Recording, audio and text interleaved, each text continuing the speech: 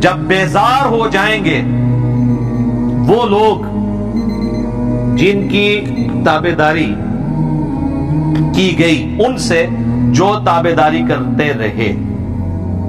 ظاہر ہے وہ بیچارے کیا کریں گے, ادھر تو دنیا میں لیڈر بنے ہوئے تھے, کہتے تھے ساڑھے مرید ہو جاؤ تو جنت میں لے جائیں گے. تو اللہ ہمارا یہ سارے جو بزرگ بابے ہیں نا وہ اپنے مریدوں کہیں گے بھائی اپنا اپنا پری نباؤ, سانو تو اپنی فکر پئی ہے آج.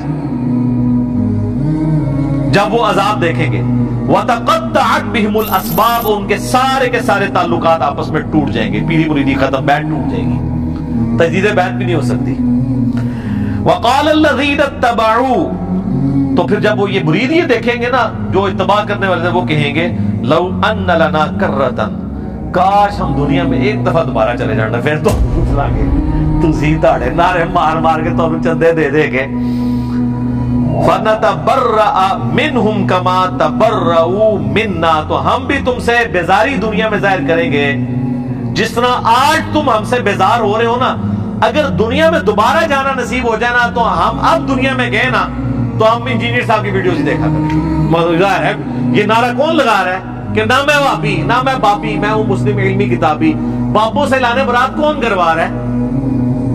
جو نبی علیہ السلام کی مبارک دعوت کو لے کے چل رہا ہے اور آپ سے ریکویسٹ کرتا ہے کہ مرنے سے پہلے اے مسلمان کر لے اس پہ غور, کتابوں کا خدا اور ہے, بابوں کا خدا اور. اچھا وہ یہ کہیں گے یار یہ تو کافروں کے بارے میں آیات ہے.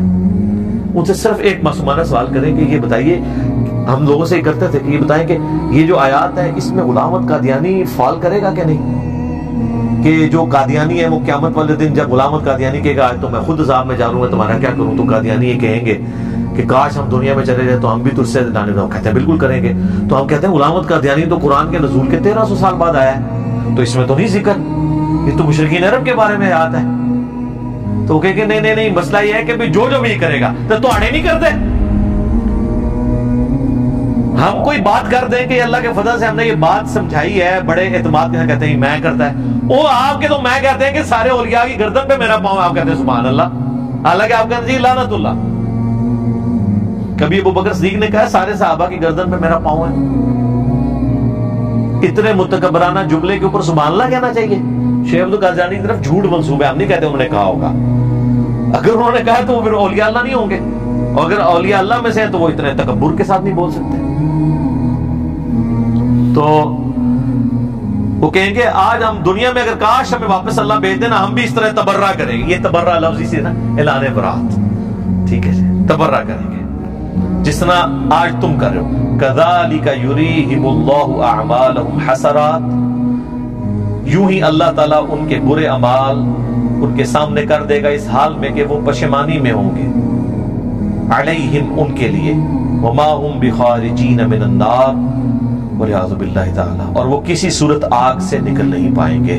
اللہم اجرنا من النار, اللہم انی اعوذ بک من عذاب جہنم ومن عذاب القبر ومن فتنة المحیا والممات من شر فتنة المسیح الدجال, ربنا اصرف عنا عذاب جہنم ان عذابها کان غراما. آمین. تو یہ دیکھ لیں یہ آخرت میں یہ کچھ ہونا ہے.